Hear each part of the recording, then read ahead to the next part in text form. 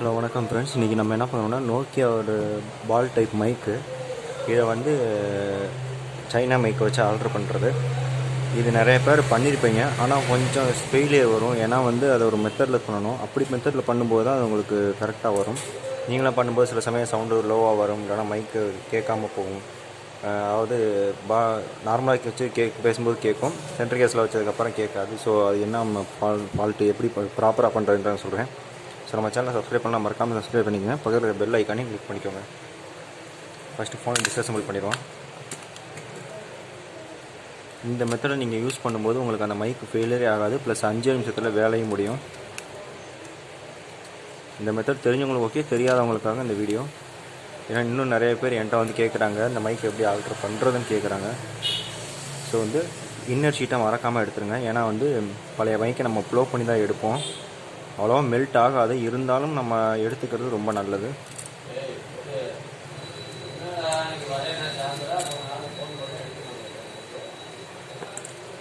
So first பழைய mic எடுத்துருவோம்.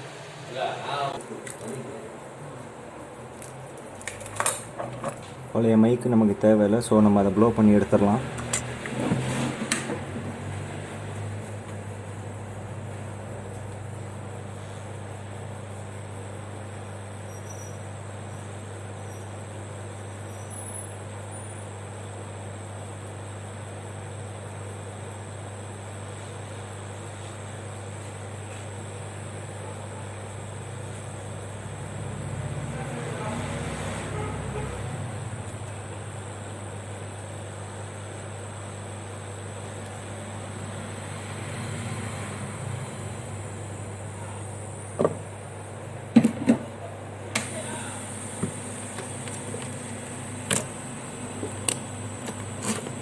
So அடுத்து மல்டிமீட்டரை வந்து பஸர் மோடில் வச்சுங்க. வச்சுட்டு இந்த இன்னர் அவுட்டரோட ட்ராக் எங்கே இருக்குதுன்னு செக் பண்ணணும். ஸோ ஃபஸ்ட்டு இன்னர் ட்ராக்கை செக் பண்ணுவோம்.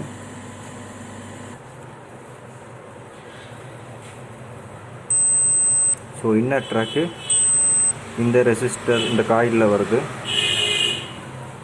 அடுத்து அவுட்டர் ட்ராக்கு இந்த இதில் வருது. ஸோ மைக்கோட ப்ளஸ் வந்து ரைட் சைடு காயில், மைக்கோட மைனஸ் வந்து லெஃப்ட் சைடு காயில். ஸோ இந்த 2 காயிலே ரிமூவ் பண்ணிக்கோங்க.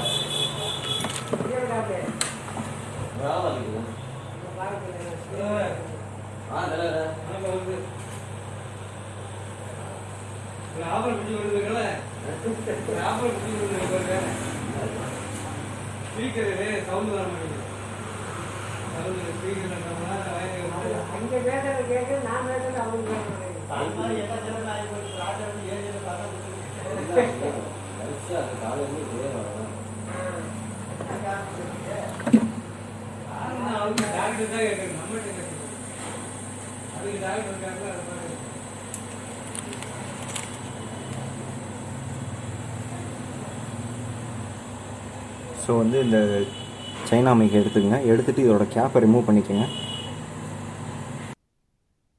நம்ம வயரை வந்து டைரெக்டாக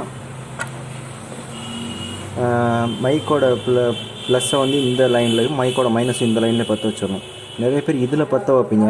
இதில் பற்ற வைக்கும்போது உங்களுக்கு என்ன ஆகும்னா, இந்த இடத்துல சால்டிங் லைட்டு கூட ஏறிடும். ஸோ வந்து இந்த மேலே இந்த மைக் அப்படி நம்ம இந்த இடத்துல வைக்கும்போது இந்த இடத்துல உட்காரும். ஸோ அப்போதைக்கு வந்து ஷார்ட் ஆகும். அதனால் வந்து உங்கள் மைக் கேட்காம போகலாம். ஏன்னா நீங்கள் மேலேருந்து பேனலில் போட்டு அழுத்தையில் கேட்காம போகலாம். அதுக்காக நம்ம இதில் பற்ற வச்சுட்டு நம்ம இதில் உட்கார வச்சிடலாம். ஃபஸ்ட்டு நம்ம இதில் மைக்கை உட்கார வச்சுருவோம்.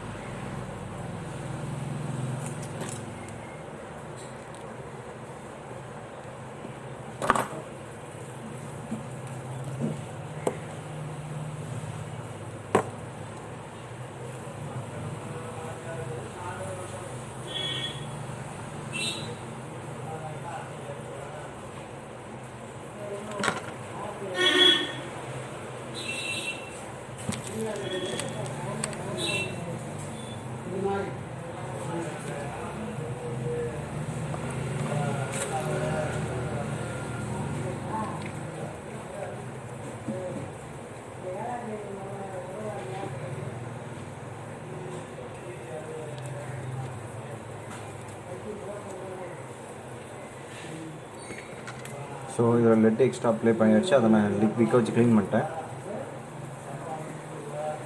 இதையும் ஒரே மட்டமாக வச்சுக்கோங்க, ஏதோ முள்ளு கில்லு மாதிரி இல்லாமல் இருக்கணும். நெக்ஸ்ட்டு ஐபி ஊற்றி க்ளீன் பண்ணுங்கள்.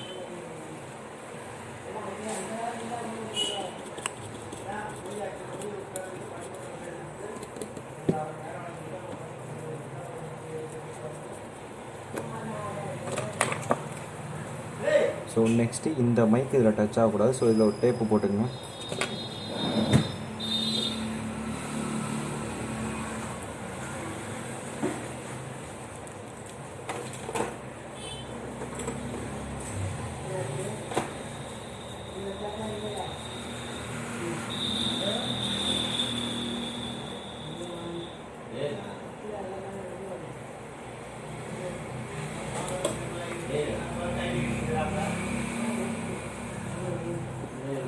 ஸோ டேப்போட சைஸு வந்து ரொம்ப சின்னதாக இருக்கணும். இந்த இடத்த கவர் பண்ணுற மாதிரி மட்டும்தான் இருக்கணும். ஏன்னா ஓவராக பெருசாக போட்டிங்கன்னா டவர் சில செல்லுக்கெலாம் ஒழுங்காக கிடைக்காது. ஸோ பாருங்கள், இப்போ இது வந்து நீங்கள் இதில் சால்ட்ரிங் வைக்கவும் இங்கே வைக்க வேண்டிய அவசியம் இல்லை. ஸோ இது வந்து மேடு மாதிரி இல்லாமல் இருக்கும், இதுலேயே டச் ஆகாமல் இருக்கும். பாருங்கள், ஒரே ஃப்ளாட்டாக இருக்குது. ஸோ எல்லாமே இங்கே தான் பற்ற வச்சுட்டு இங்கிட்ட மைக் உட்கார வச்சுட்டு இப்போ சென்ட்ரு கேஸில் உங்களுக்கு ஃபிட் பண்ணும்போது எந்த ஒரு ப்ராப்ளமும் வராது. ஸோ இப்படி தான் இந்த மைக்கை மாற்றணும்.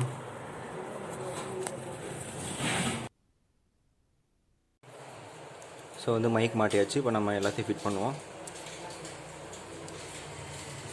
இன்னர் ஷீட்டு கிழிஞ்சு போச்சு. ஏன்னா வந்து நான் இங்கே வீடியோ செல்லை பார்த்துக்கிட்டு நான் எடுத்தனால ஒழுங்காக எடுக்கல.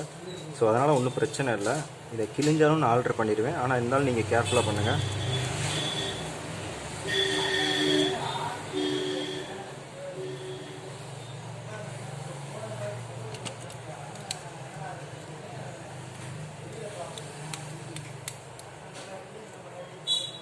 ஸோ நெக்ஸ்ட்டு நம்ம உட்கார வைக்கும்போது மைக்கை வந்து எடுத்தோன்னே இப்படி வெளியே நீட்டி விட்டுட்டு கரெக்டாக இந்த ஹோலுக்கு நேராக வச்சுக்கணும்.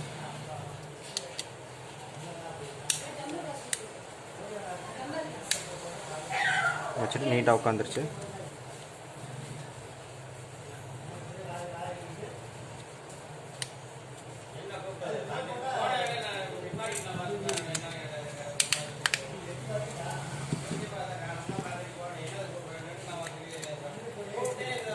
ஸோ வந்து அடுத்து சிம்மை போட்டு ஆன் பண்ணி பார்த்துருவோம்.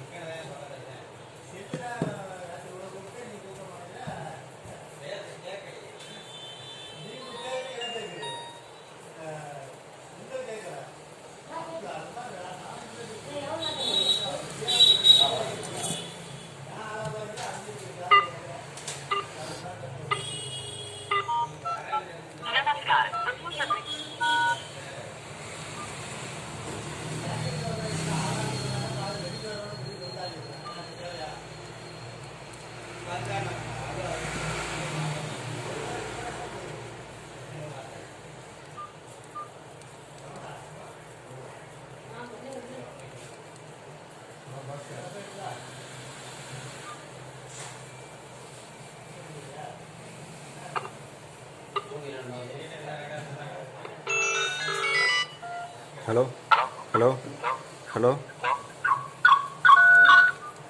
இப்படி தான் மைக் மாற்றணும். Thank you friends.